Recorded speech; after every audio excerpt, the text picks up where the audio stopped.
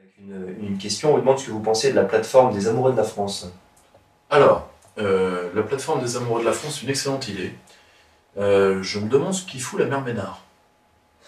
Parce que si Ménard est amoureux de la France, alors on peut demander à Cohn-Bendit. Hein. Libéral, européiste.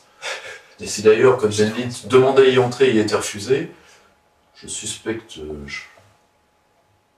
J'espère que ce ne serait pas pour une vulgaire question d'origine, parce que là, ça me décevrait beaucoup.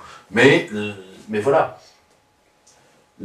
Si vous voulez faire là qu'il y ait un rassemblement droit, pourquoi pas? À une condition, c'est qu'il y ait un flotteur. Là, vous avez beaucoup de pasquoyens. Je pense que le plus brillant de la bande, c'est Nicolas Dhuicq. Je le pense très clairement. Poisson, j'ai rien contre, j'ai rien pour non plus. J'ai déjà dit tout le bien que je pensais de Nicolas Dupont-Aignan, mais là, je pense qu'il s'en fait. Parce que bon, Emmanuel Ménard comme amoureux de la France, avec des amoureux comme ça, la France n'a pas besoin d'ennemis.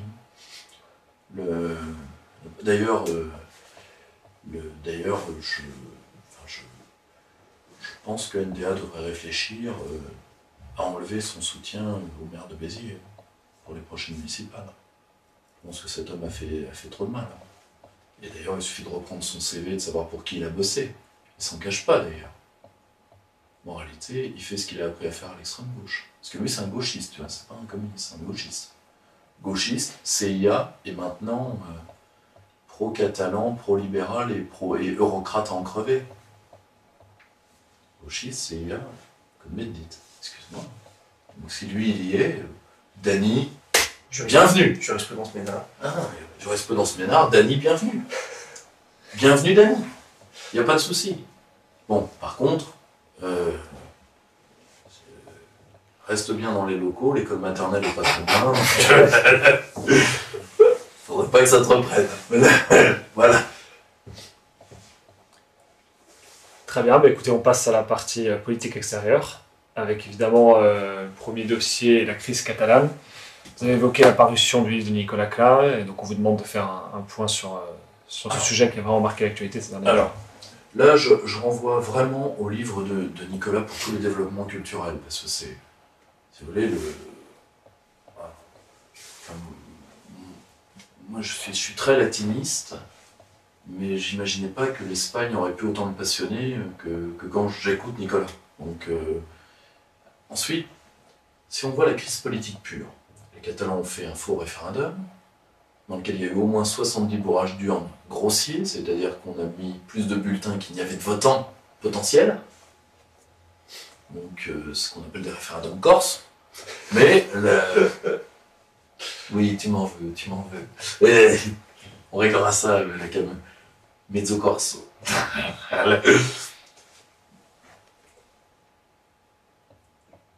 Le gouvernement de Rajoy a voulu verrouiller, et ensuite ça a été la déclaration d'indépendance sans indépendance du leader catalan, et là ils proclamer, ou ils ont proclamé la pseudo-indépendance. Très bien. Et évidemment, alors t'as tous les nation-ethnistes français qui sont vachement contents parce qu'ils pensent que quand ils vont aller à Ploukland, qu'ils vont prendre un village arriéré au fin fond de je sais pas quoi, et qui vont monter le drapeau noir et qui vont faire la République autonome et des identitaires alcooliques, ils s'y croient, quoi. Alors, premièrement, aucune donnée ne nous indique que les Catalans, le peuple espagnol de Catalogne, veut l'indépendance. Aucune. On aurait plutôt des sources qui nous font dire l'inverse. Alors, je voudrais traiter ça en 3 points. Premièrement, le rôle, qu'est-ce qui arrive, de mon point de vue, mais là encore, celui de Nicolas doit prévaloir sur le mien. À la Catalogne, qu'est-ce qui arrive? Le rôle de l'Union européenne et de comment on peut sortir de cette merde. Qu'est-ce qui arrive? C'est assez simple. La Catalogne est une région riche qui ne veut pas, soi-disant, payer. Et en réalité, c'est la bourgeoisie Catalogne qui est gauchisante, que c'est des ultra-gauchistes, ils ont demandé les immigrés, etc., qui veut se séparer du pouvoir madrilène elle surjoue une indépendance culturelle qu'elle n'a pas. C'est qu'en réalité, plus ces territoires-là vont s'autonomiser du pouvoir central, plus ils deviendront des îlots mafioso, anglo-bruxellois. Et en réalité, une large partie du peuple catalan veut le rester espagnol. Vous me direz, comment... Vous me direz, Rajoy a été stupide, pas d'utiliser la force. Contre les sécessionnistes et contre les traîtres, il faut utiliser la force. Mais là, il n'y avait pas matière à. Enfin, pour moi, il n'y avait pas matière à. Il fallait ouvrir un débat et faire voter, pas les Catalans, tous les Espagnols. Tous les Espagnols. Parce qu'ils sont où? Parce que, juste un point, là, je mixe un peu les 3 points, vous m'en pardonnerez un petit peu. En termes de méthode, c'est pas très bon, mais je suis le fil de la pensée. Où sont les Catalans? Géographiquement parlant. Je vous rappelle que la Catalogne, ça fait des siècles qu'elle a été rattachée à l'Espagne. Où sont les Catalans? Ils sont dans toute l'Espagne. Pourquoi? Parce qu'ils ont fait des brassages. C'est comme si vous me disiez, tous les Bretons sont en Bretagne. Non. Tous les Corses vivent en Corse. Moi, je suis un Normand expatrié en Alsace. Vous voyez ce que je veux dire? Vous comprenez? Pourquoi ces gens qui sont catalans? Pourquoi les gens qui se sont battus pour défendre la Catalogne, qui viennent de toute l'Espagne, qui sont morts pour la Catalogne, certains qui se sont battus, et pourquoi tous les Espagnols qui ont, par la solidarité fiscale, payé pour la Catalogne, comme ils ont payé pour tout le reste, n'auraient pas le droit de vote? Qu'est-ce que c'est que ce système? Ou alors, si on leur déniait le droit de vote, ils ont le droit de reprendre ce qu'ils ont fait. C'est-à-dire tout ce que l'Espagne a fait comme infrastructure, elle est en droit de le faire sauter. Vous voyez dans quelle dinguerie on peut aller? Alors vous me direz, mais c'est impossible, les Catalans n'auront jamais leur indépendance. Je dis, si. Quelle partie anciennement du territoire français a voté son indépendance? Il y a eu un référendum là-bas et à Paris. Les deux ont dit, on se sépare.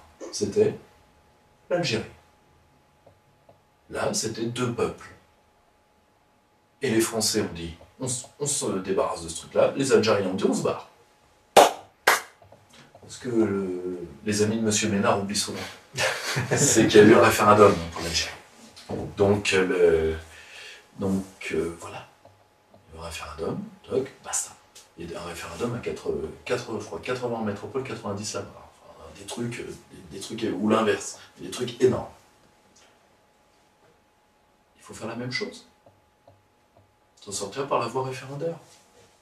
Alors après, vous me direz, quel comportement curieux de l'Union européenne qui a quasiment fait renaître le pseudo-nationalisme, plutôt l'ethnisme catalan. Je vais vous expliquer pourquoi, c'est très simple. C'est tout le monde, là, il y a les demi-habiles qui connaissent que dalle, qui disent oui, mais justement, l'Union européenne, elle est pour l'Espagne unitaire, alors il faut être avec les Catalans. Non mais arrête, il y a même un copain à moi, mais intelligent, qui a dit ça, tu vois, parfois, si tu veux, Todd a raison, dans les classes diplômées, quelle horreur. Mais, c'est tout con. L'Union européenne veut la mort des États-nations, mais par la logique germanique de l'application de la charte des langues régionales. Elle ne veut pas de voie référendaire, elle veut un pourrissement lent. En quelle langue faut vous le dire? Pourquoi?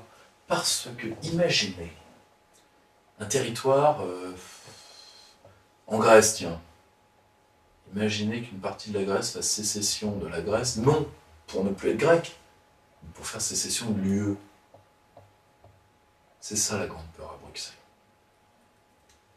C'est pour ça qu'il ne faut aider maintenant les sécessionnismes, il faut des sécessionnismes lents pour la Corse, pour tout ça, etc. C'est-à-dire que les États-nations pourrissent pour qu'on prenne la place et qu'on prenne la caisse, et de l'autre, aider à des sécessionnismes durs. Par exemple, contrairement à ce que disent tous les guignols, l'Union européenne en ce moment, elle est muette, elle n'est pas contre les Catalans, hein. Elle est muette sur les Catalans, mais elle encourage les Écossais. Et oui, c'est-à-dire qu'il faut jouer des séparatismes qui s'opposent à Bruxelles, enfin qui peuvent être utilisés par Bruxelles, alors que là, on va châtier en aidant les Catalans le bon élève de l'Union européenne, c'est-à-dire plus bas, plus bas, plus bas. Rajoy, il passe derrière le papier peint à Bruxelles. Vous voyez ce que je veux dire? Et surtout, la Reichschancelière a besoin de lui, comme elle avait besoin d'Aznar, pour diviser les peuples latins. Et c'est ça, en réalité, qui est en train de se passer. C'est que le front latin, France-Italie, qui a failli avoir lieu sous Sarkozy contre Merkel, avait foiré à cause des Espagnols, à la fois par pression de l'Allemagne et par pression des Américains. Or, parmi les armées solides de l'OTAN, l'Espagne fait figure de bon élève. Et surtout, la Reichschancelière a besoin pour bloquer l'Union latine, tout simplement, qui pourrait la contrer. Vous comprenez maintenant pourquoi l'Union européenne ne bouge pas? Parce que l'Union européenne, c'est Bruxelles et Berlin. Juncker ne peut agir que s'il est teutons le disent. Après, vous comprenez pourquoi je tape sur les casques à pointe? Parce qu'on s'attaque toujours aux négriers, pas aux nègres. Vous voyez ce que je veux dire? Donc, on peut s'en sortir par la voie référendaire. Moi, je suis persuadé que parce qu'il est hors de question de donner à des parts, de donner des parts de territoire et de légitimité historique à des gens qui insultent la mémoire de leur propre terre. Parce que ce n'est pas ce leader qui représente l'âme de la Catalogne. Tout comme je refuse que les 30 compagnons de la libération qui sont venus d'Ajaccio et de Bastia soient représentés par Talamoni. Parce que la place de Talamoni, c'est plutôt dans une geôle qu'ailleurs. Et ce ne sont pas les 4 ou 5 alcooliques qui restent au Front de libération de la Bretagne qui vont faire oublier les marins de l'île de Sein. C'est nos terres. Nous devons être prêts à les défendre contre l'ennemi intérieur. Mais, je dirais de manière assez tranquille, il faut d'abord remettre ces gens-là à leur place. La voie référendaire est suffisante. Très bien. Alors, on vous demande de faire également un point sur le Brexit. Alors, le Brexit, il y a un excellent article sur un site que je viens de découvrir, qui fait un excellent travail, qui s'appelle Souverain. Donc, la forme médiévale du terme souverain. Donc, voilà. En réalité, tout le monde dit l'Union européenne maintient l'incertitude pour que les conditions économiques de la Grande-Bretagne parce que l'incertitude est une plaie dans un monde financier libéral. Ils dépensent des sommes folles pour se garantir contre l'incertitude. Dois-je vous rappeler que la crise que nous subissons encore est liée au CDO, CDS, donc qui sont des produits assurantiels. Donc, mais ça ne marche pas tant que ça. Ensuite, Theresa May est dans l'indécision. Je pense, avec tout le respect qui lui est dû, qu'il est temps qu'elle passe la main. Certainement à Boris Johnson. Boris Johnson, un homme dont je vous invite à vous méfier. Méfiez-vous des mal coiffés. Méfiez-vous. Tant du Nord-Coréen que de lui. Parce que Boris Johnson est beaucoup plus intelligent que vous l'imaginez. Alors certes, il avait parfois des réflexions cocasses quand il se faisait élire. Votez pour moi, votre femme aura plus gros seins. Mais méfiez-vous, n'oubliez jamais que ces personnages délurés et déjantés, toujours à côté de la plaque du folklore britannique, n'oubliez jamais que Roman Atkinson, qui joue Mr Bean, est quasiment, et même s'il a a priori un défaut facial qui justement faisait qu'il préférait jouer un personnage muet, parce qu'il a une sorte de paralysie faciale qui fait qu'il a du mal à parler, je crois néanmoins fait Oxford, comme Boris Johnson. L'acteur qui jouait Benny Hill, je ne sais pas si vous vous rappelez de Benny Hill, était un génie. Méfiez-vous. Méfiez-vous des délurés britanniques. Vous savez, n'oubliez pas que l'excentricité est une qualité en Grande-Bretagne. D'ailleurs, il y a eu, dans l'histoire des idées britanniques, il y avait un mouvement socialiste qui voulait le soviet par le rire, et qui envoyait des clowns dans les usines. Il disait que l'humour était l'essence du socialisme. Il n'y a qu'en Grande-Bretagne que vous avez des trucs comme ça. Donc, là par exemple, il y a un grand excentrique britannique va connaître un biopic très attendu au cinéma. Gary Oldman qui joue Churchill dans Les Heures sombres. Donc, si vous voulez, la Grande-Bretagne sait secréter ce type d'homme, ce que la France ne sait pas faire à cause du système anarchique. Elle ne sait plus faire. Et je pense que Theresa May doit sortir ensuite. Les options de la Grande-Bretagne sont très claires. Il y a 7 cas étudiés, que d'ailleurs cet article étudie très bien, qui vont du hard Brexit, c'est-à-dire on va revenir aux règles de l'OMC, point barre. Mais je pense que ça n'ira.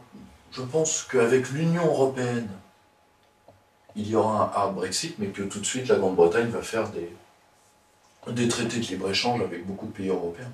Beaucoup sont en train de négocier dans le dos de Bruxelles d'ailleurs.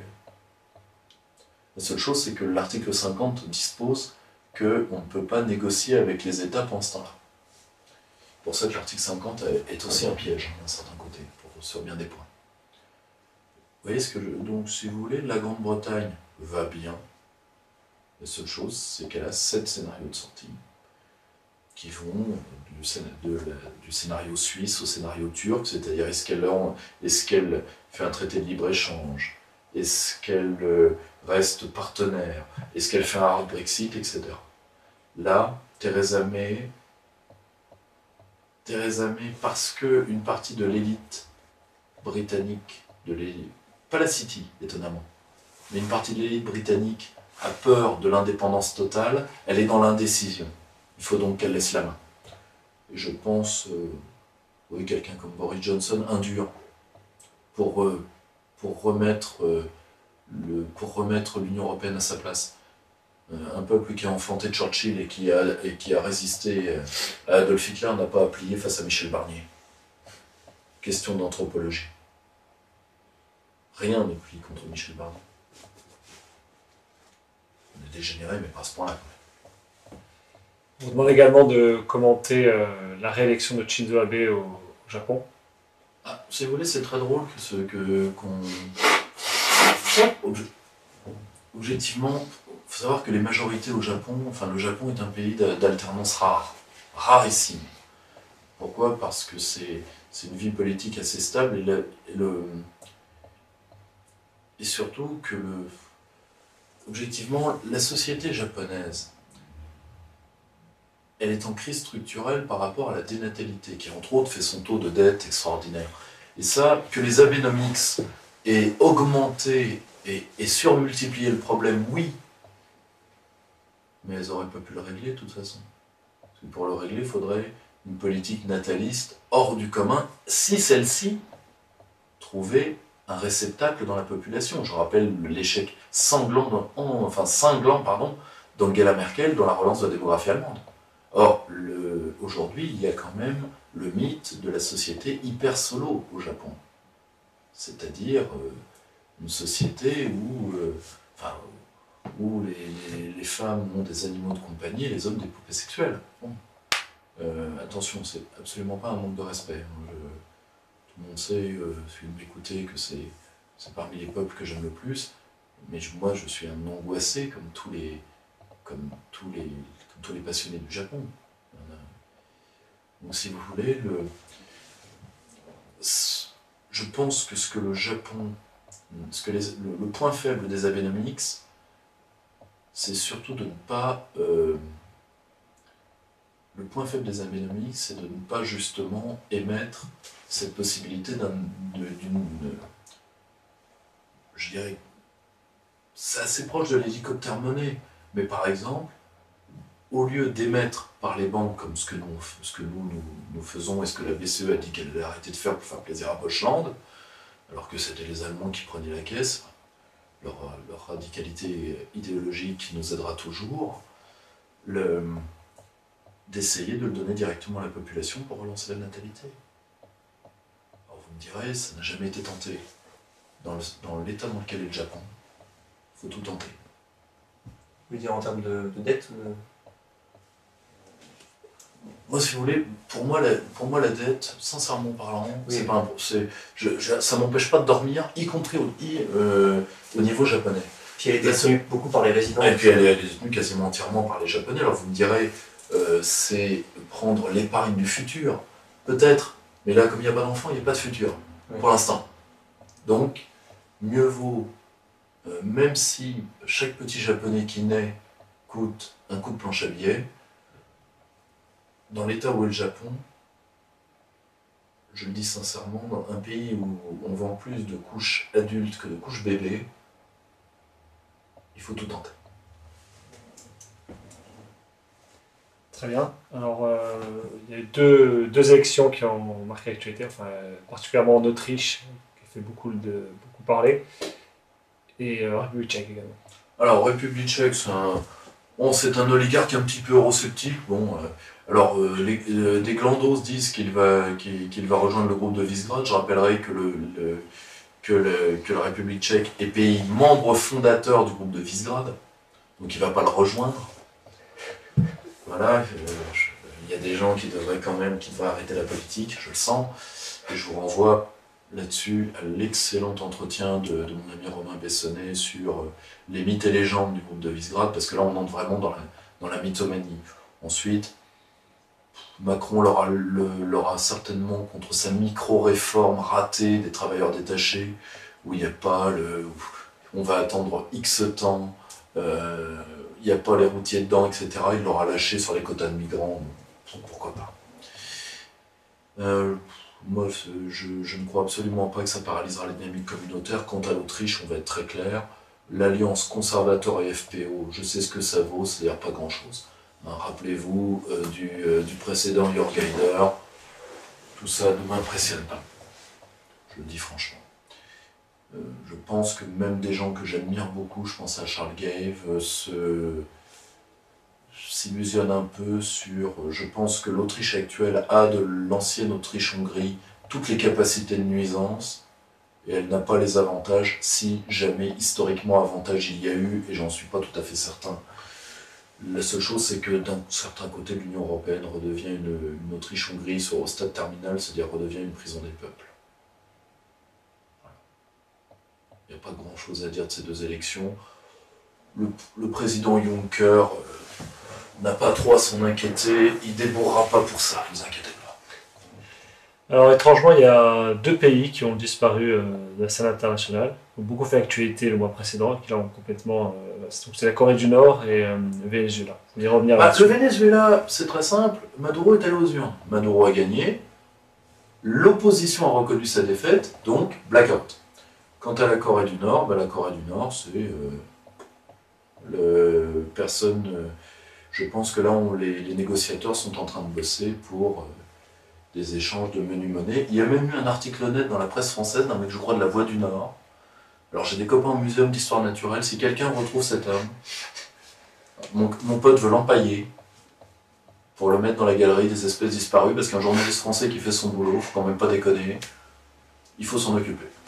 Alors on vous demande également de préciser le rôle des cabinets d'audit et d'expertise comptable dans la généralisation du capitalisme américain.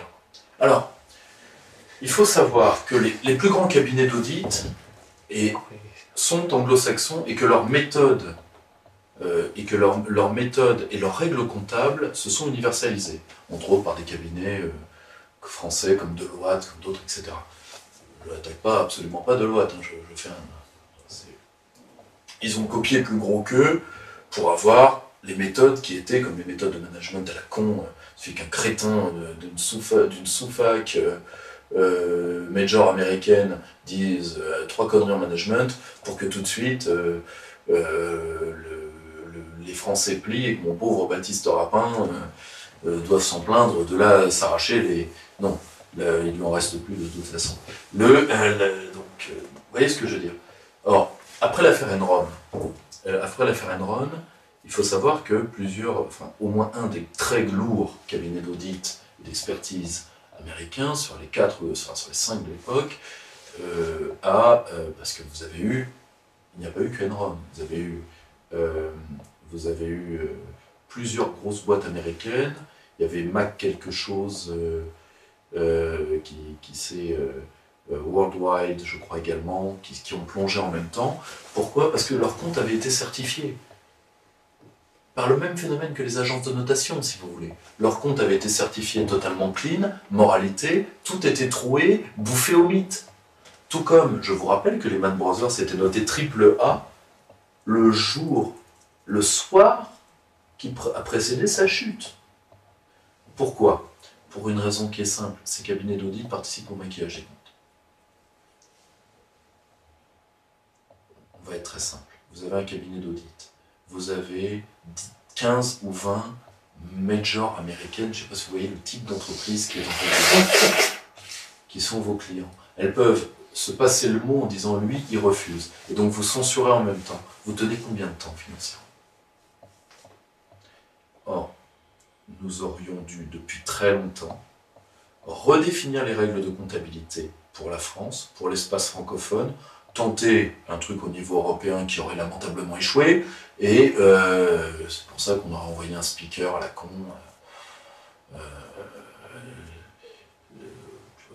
Malek Bouti sert à quoi en ce moment? On aurait pu l'utiliser. Donc, un butoir de porte quelconque, et basta. Nous refusons, et c'est le même problème que le management, on va devoir arriver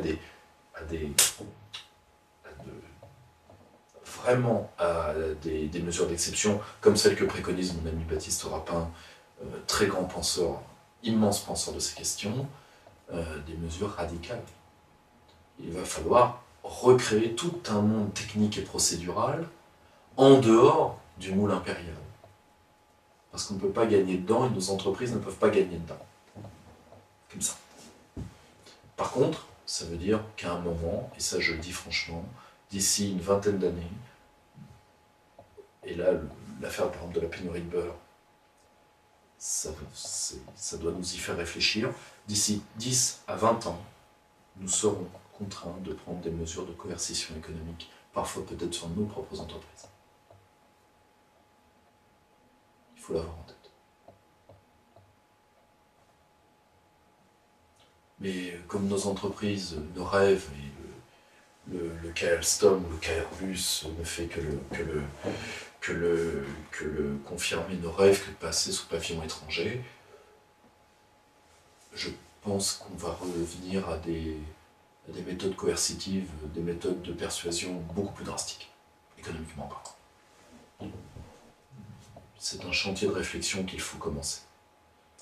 L'utilisation de l'anticorruption, y compris contre nos propres boîtes.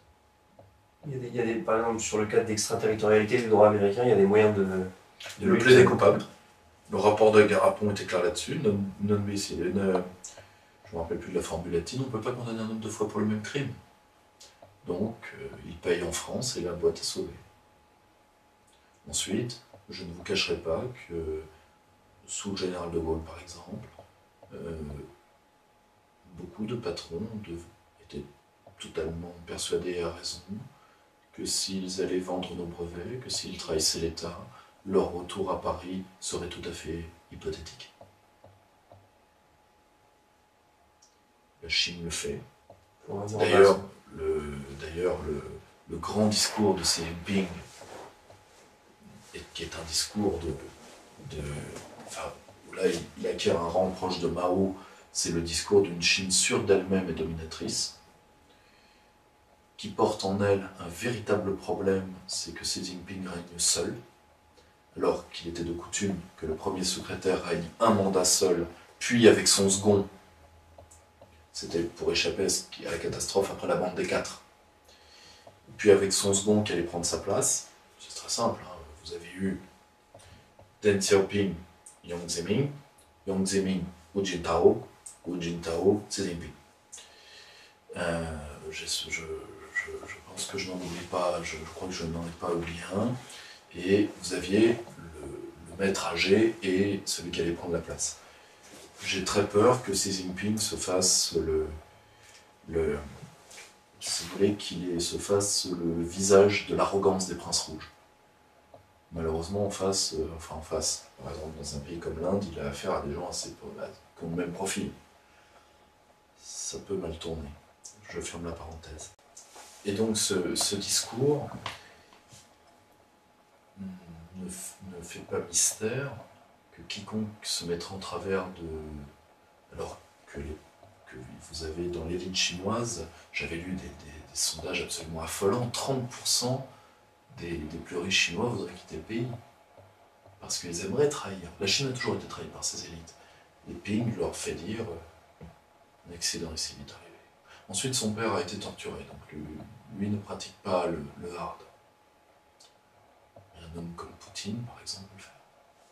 Et ce qui succédera tant à Poutine qu'à Xi Jinping le fera peut-être encore bien plus. Là, par exemple, prenez l'affaire Airbus, on pourrait tout à fait laver Airbus de tout soupçon au cas où, mais en faisant un plaidé coupable. Mais alors ça veut dire que le PDG en question est mis en examen. Mais il est mis en examen en France, pas aux États-Unis. Alors il dit « je ne veux pas m'accuser ». Ouais, mais les Américains, ils sont déterminés à t'accuser, c'est-à-dire quand même qu'il y a quelque chose. Parce que revoyez ce superbe documentaire de David Gendreau sur Alstom. General Motors a déjà avalé 4 entreprises comme ça. On peut lutter contre l'extraterritorialité du droit américain. Nous aurons bientôt un spécialiste de cette question qui va écrire de manière régulière dans Perspective Libre. Donc on peut tout à fait. Et on peut, par contre, nous n'avons pas à... nous, notre problème, c'est qu'on refuse de se battre pour nous-mêmes, pour notre face, si vous voulez. Nous, on veut se battre pour l'Europe, c'est-à-dire pour toutes des conneries, pour des trucs qui sont, qui n'ont jamais existé, mais qui de toute façon ne pourraient pas exister maintenant, parce que l'avenir de l'Europe, il est écrit dans les courbes démographiques des pays qui la composent. C'est-à-dire hospice d'abord, cimetière ensuite. Voilà. On peut tout à fait sortir de ça, et puis croyez-moi, l'extraterritorialité du droit américain, et là, excusez-moi, tout le monde découvre l'eau chaude dans le camp national. On aurait écouté Norman Palmer en 1988, on n'en serait peut-être pas là. Et Hervé Juvin plus récemment. Et Hervé Juvin plus récemment, mais l'extraterritorialité du droit américain est la seconde phase de la pièce du roi dollar. Point barre. Point barre. Il n'y a rien de... Tout ça, c'est pas de la magie. C'est tout. On peut tout à fait s'en sortir. À une condition, c'est qu'on ait l'instinct de survie. C'est ça qui nous manque. C'est à la fois peu, et sans ça, on ne peut rien faire. Mais techniquement parlant, vous savez, l'extraterritorialité du droit américain, quand le dollar, et c'est de plus en plus le cas, ne vaudra qu'un poids de dette. N'oubliez pas, quand est-ce que se termine la Seconde Guerre mondiale pour les Américains? 1945? Non, en 1953, quand ils ont eu la peau de la livre sterling. Première monnaie du monde encore en 1945, mais qui ne reposait que sur des dettes, le dollar sur des actifs. Or, le pétro-yuan sera une monnaie d'actifs, le dollar, pour l'instant, une monnaie de dette. Vous me direz, il n'y a pas encore le monde virtuel. Peut-être que le dollar va se reposer là-dessus. Possible. Possible. Ça va être une période intéressante. Mais si la monnaie monde disparaît en tant que monnaie monde, le dollar ne va pas disparaître, les billets ne vont pas se mettre à flamber, on n'est pas dans l'exorciste. L'extraterritorialité du droit américain mourra avec lui.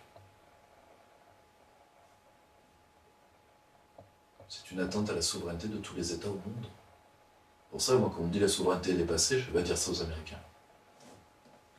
Va dire ça aux Russes, va dire ça aux Chinois, va dire ça aux peuples qui en rêvent. Par exemple, là, les Kurdes qui viennent de rater leur référendum. Triste histoire, mais qui malheureusement, c'était soit le référendum raté, soit c'était la guerre.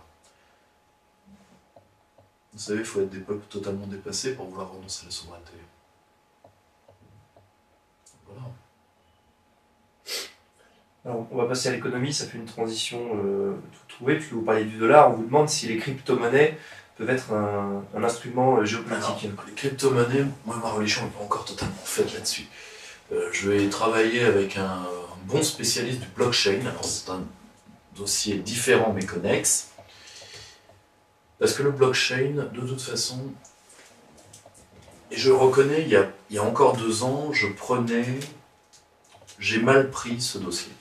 Parce que pour moi, c'était utilisé par la mafia, et avant tout des monnaies mafieuses, et ça je le maintiens pour une bonne partie des crypto-monnaies. Mais c'est un théâtre de combat, et on ne refuse pas le combat. La guerre économique, c'est la multiplication des théâtres, donc il faut aussi qu'on ait une stratégie là-dessus. Et je pense que si nous travaillons bien par le blockchain ou d'autres, nous pouvons avoir des stratégies d'indépendance et de souveraineté dans ces espaces numériques. Je suis en train de créer un groupe de travail, là encore je fais un appel capacitaire pour travailler dessus.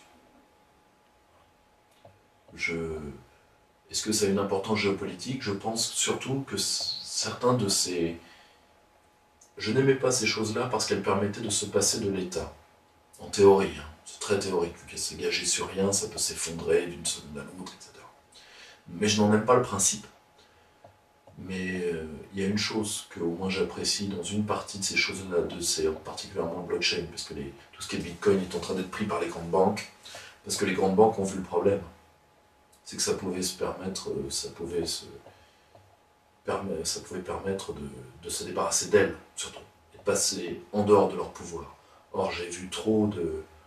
Moi, je peux témoigner du cas d'un de mes amis proches, qui, pour ses convictions, a vu tous ses comptes professionnels et personnels fermés, de manière arbitraire, par 2 grandes banques françaises. La seule chose qu'on lui reproche, c'est d'avoir voté pour la mauvaise personne et de l'avoir mis. Rien d'autre. Et ça, si vous voulez, c'est un... Tant que nous n'aurons pas retrouvé le pouvoir contre la banque, eh bien, je pense que des espaces de liberté, avec tous les errements possibles de la liberté, devront être maintenus. Parce que le pouvoir des... Ça m'écorche la gueule d'avoir à le dire. Mais pour l'instant, nous sommes en état d'exception. Et à état d'exception, mesure d'exception. Alors, quelques questions doctrinales maintenant. Nous sommes en octobre 2017. Est-ce que vous voudriez faire un point sur octobre 1917? Un petit point d'histoire. Alors, aujourd'hui, parce que là, on a eu l'anniversaire, alors entre les gros rouges qui tâchent et les autres, vous savez, le communisme est partout, il est encore au Vietnam. Je me rappelle d'une espèce de sous-débit de conseiller régional de je ne sais plus quel parti, un mec du Sud qui disait on va les libérer, le Vietnam du communisme. Alors ça prouve qu'il ne voit pas tout à fait ce qu'est le Vietnam, premièrement, et puis deuxièmement, bah vas-y, je te regarde. Parce que pour bien connaître les voisins de ma belle famille, ils vont te la faire fermer lourdement quand tu vas débarquer. Mais vas-y, mon frère, de voir ça. Alors, les avancées historiographiques font état, et là il y a eu un bon bouquin de Victor Loupan, du soutien américain à la Révolution de 1917. Là, le dossier historique avance. Je mets de côté tous les écrivaillons, Stéphane Courtois et autres, qui a écrit Lénine, le père du totalitarisme. Gérard Filoche aussi qui vient de sortir un bouquin sur 1917. Oui, mais en réalité, le mieux, celui encore une fois, hein, c'est pas un dieu vivant, mais intellectuellement il en est quand même plus tout à fait loin.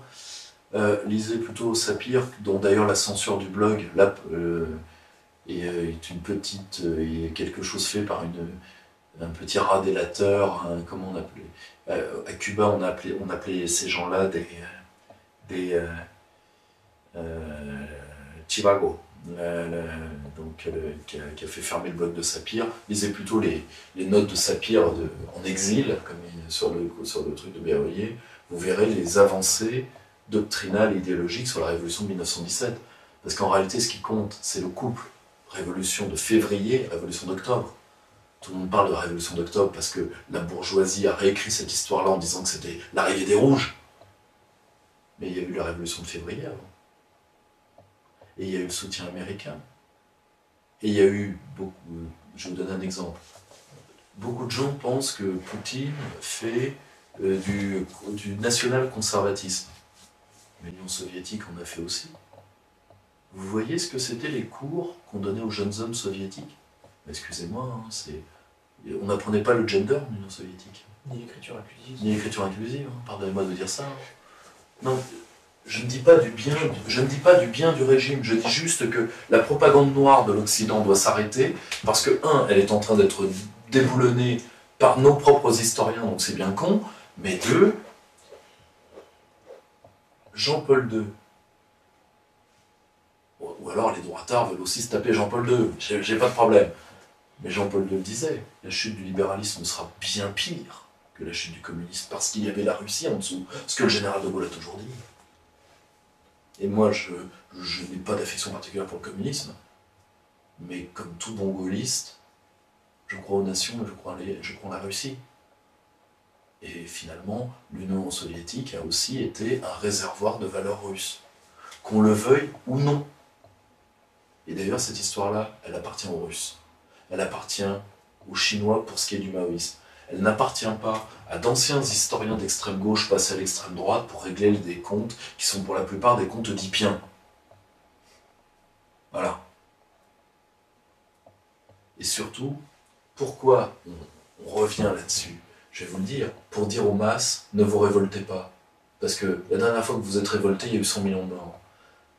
Premièrement, je rappelle que les auteurs du livre noir du communisme, à l'exception de Stéphane Courtois, mais il parle de Nicolas Woerth, se sont eux-mêmes, juste après la publication de l'ouvrage, désolidarisés de la préface de Courtois dans laquelle il y a les 100 millions. Je rappelle que l'utilisation abusive du terme totalitarisme, moi je veux bien, mais alors vous n'avez jamais fait d'égyptologie. Parce que si vous voulez un état totalitaire, l'Égypte pharaonique, ça a laissé quand même quelques belles ruines. Hein. Ah si, mieux que la rue Solferino. Or, vous voyez ce que je veux dire? Ces procès idéologiques doivent laisser place à une étude de ce qu'a été la Russie de ce temps. Ce qui n'implique pas une nostalgie, mais Vladimir Poutine le dit très bien lui-même. Qui ne regrette pas l'Union soviétique n'a pas de cœur. Qui veut son retour n'a pas de tête. Vous voyez ce que je veux dire? Et surtout, je pense que, et c'est là particulièrement un message pour les catholiques, la problématique du communisme, c'est la problématique des communs. Qu'est-ce qui doit être commun dans une société? Je rappelle que c'est au centre de la doctrine sociale de l'Église. Et que maintenant que le communisme est mort et bien mort, et je rappelle que communisme, oh, que de conneries, anticommunisme, que de conneries a-t-on si fait en ton nom? On en a fait au nom du communisme, mais celles-là on les connaît. Vous savez que plusieurs dizaines de millions d'Indonésiens suspectés de communisme, et juste suspectés, ont été éliminés dans les années 50 physiquement. On commence à peine à sortir les noms des charniers. On les a tués à titre préventif. Entre 20 et 50 millions de personnes. Un peu moins, entre 20 et 30 millions de personnes. On est à l'échelle indonésienne, c'est un pays de 300 millions d'habitants aujourd'hui. Vous voyez ce que je veux dire? Je vais vous donner un autre exemple. Et un jour, je ferai témoigner mon ami Romain Bessonnet là-dessus. Savez-vous que les réserves de guerre de l'Union soviétique ont sauvé le monde? Je vous donne un exemple.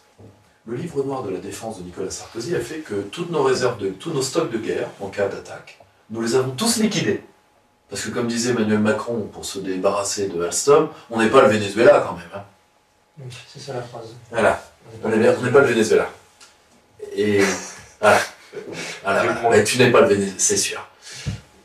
Savez-vous qu'à Tchernobyl, comme vous le savez, quand le réacteur est entré en fusion et a menacé de percer la Terre et d'aller jusque dans les nappes phréatiques où il aurait explosé, et là, Hiroshima à côté était un barbecue du dimanche, pour empêcher ça, il fallait plusieurs dizaines de tonnes de plomb, centaines de tonnes de plomb, à balancer en fusion. Eh bien, c'est les stocks de guerre de l'Union soviétique qui ont réglé ce problème. Si on avait été dans un état libéral, c'est-à-dire un état qui n'a pas de stock de guerre, il aurait fallu des semaines, à des prix pharaoniques, pour acheter 600 tonnes de plomb au marché international. Nous aurions eu plusieurs fois Hiroshima qui aurait balayé une large partie de l'Europe de l'Est, avec toutes les retombées afférentes. Moralité. Les soviets, c'était ce que c'était, mais c'était pas totalement des débiles. Et au nom de l'anticommunisme, je vais vous donner un exemple très simple. Savez-vous qu'une partie des fusillés de 14, de fin de fusillés de 1917 précisément, ont été fusillés parce qu'on les suspectait de sympathie rouge? Que donc cet épisode où l'armée française a tué les siens qui voulaient faire des grèves, c'était des grèves comme le dit très bien le général Barre, et ce n'était pas des révoltes comme ce qui a eu lieu en Allemagne, où là c'était des révoltes.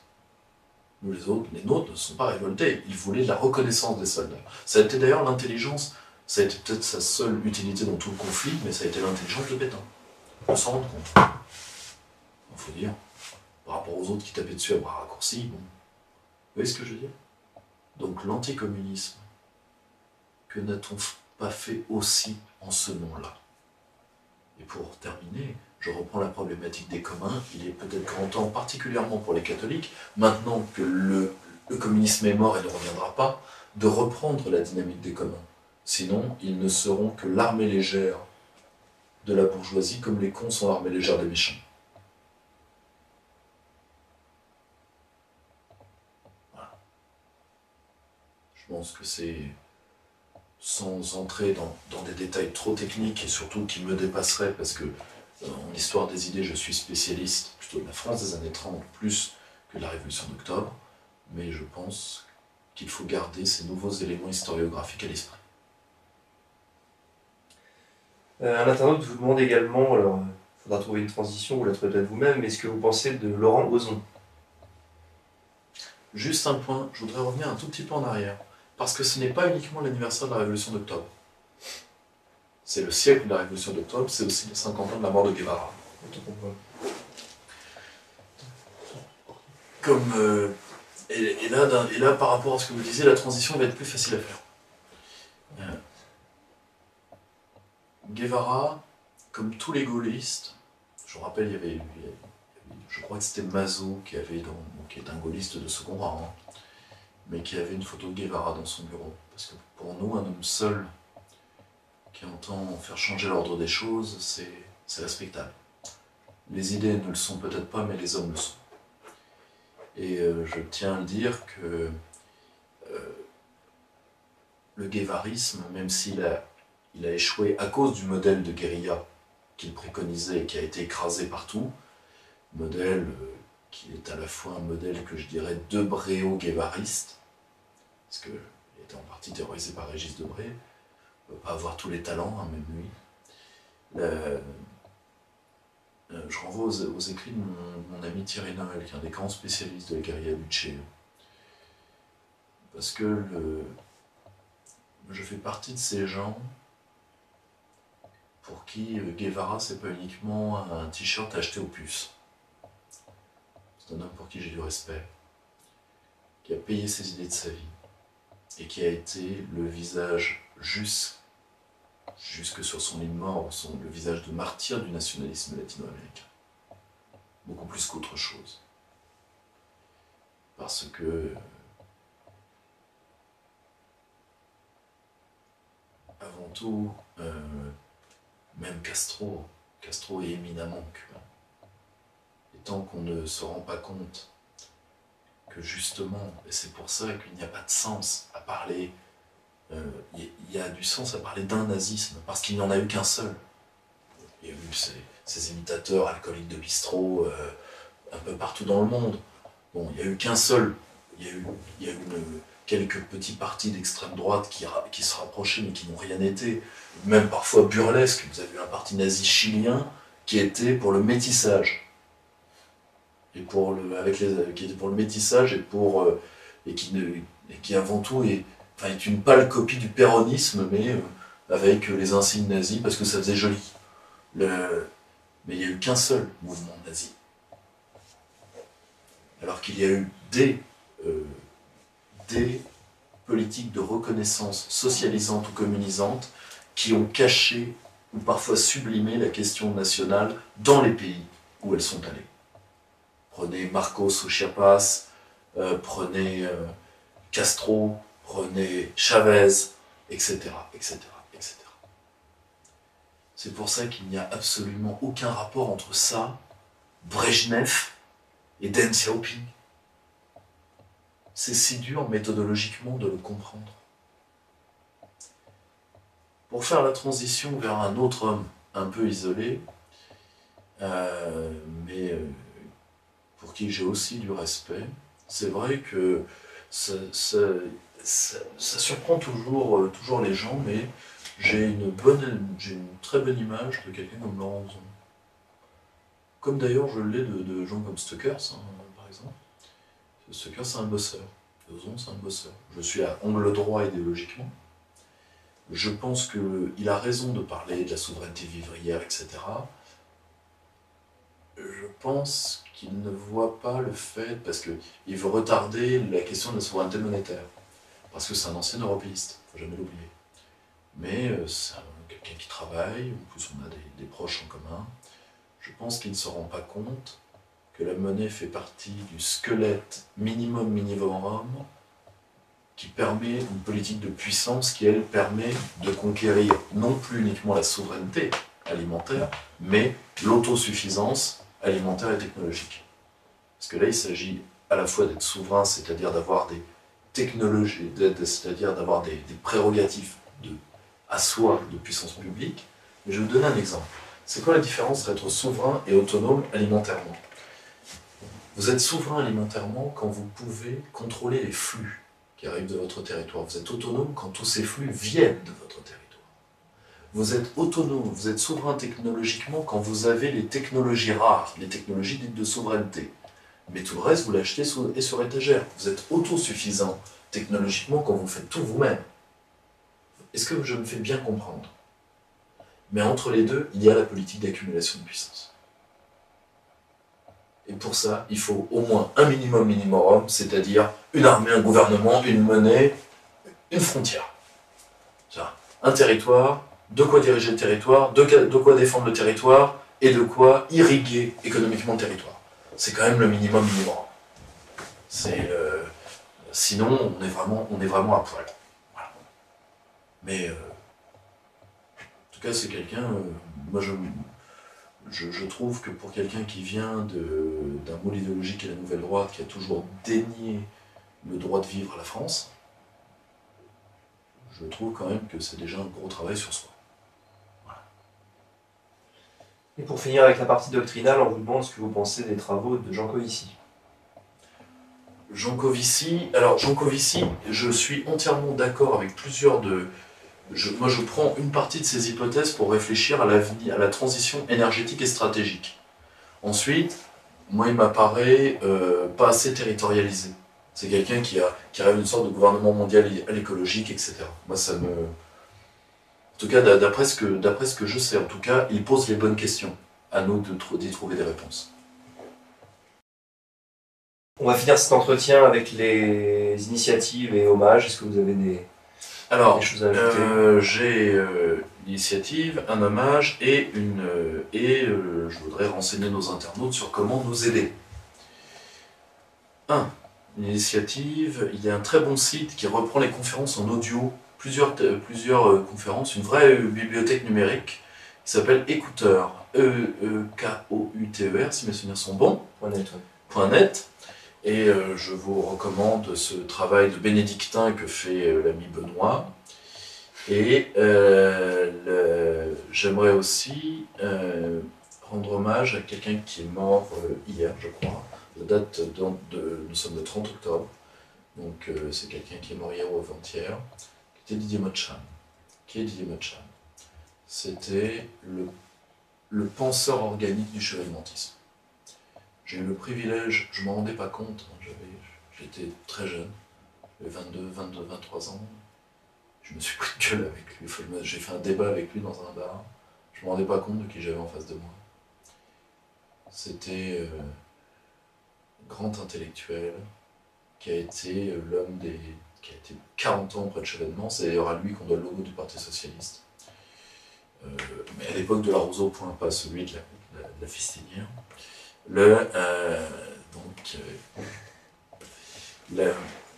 Ce que je veux dire, c'était un homme tout à fait particulier. On va faire un hommage en perspective libre pour lui. C'est un grand soldat, c'est de la cause nationale, opposant à l'Union européenne bien évidemment. Un grand monsieur qui pensait le socialisme, la souveraineté, la nation, la République. Qui vous parlait de la République comme d'autres parlent de la France. Et peut-être qu'il est grand temps. Ce qui n'était pas son avis d'ailleurs à lui. Lui c'était vraiment un homme de gauche. Mais peut-être qu'il est grand temps de réconcilier ceux qui parlent de République et ceux qui parlent de France, parce que en réalité les deux parlent de la même chose. Et il n'y a que chez ces deux types d'hommes-là qu'il y a des gens qui sont prêts à se battre.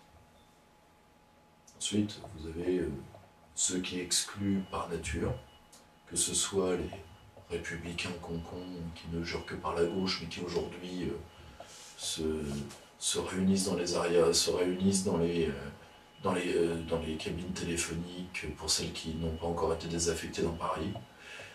Et vous avez également la bonne droite imbécile qui prend son vivier sectaire et qui prend son chemin de déshonneur, ce qu'on appelle aussi le chemin de Béziers. Et dernier point, si vous voulez nous aider, vous avez trois manières de le faire. Si vous avez des capacités pour les cellules de province ou autres, n'hésitez pas, cerclearistote@gmail.com. Si vous voulez nous soutenir financièrement, car nous allons travailler beaucoup et même de plus en plus, et c'est à votre demande que nous le faisons, et nous avons donc besoin d'aide. Nous avons une page Tipeee qui sert de mécénat, donc vous donnez 1 euro, 2 euros, 3 euros par mois, 10 euros par mois, ce que vous voulez.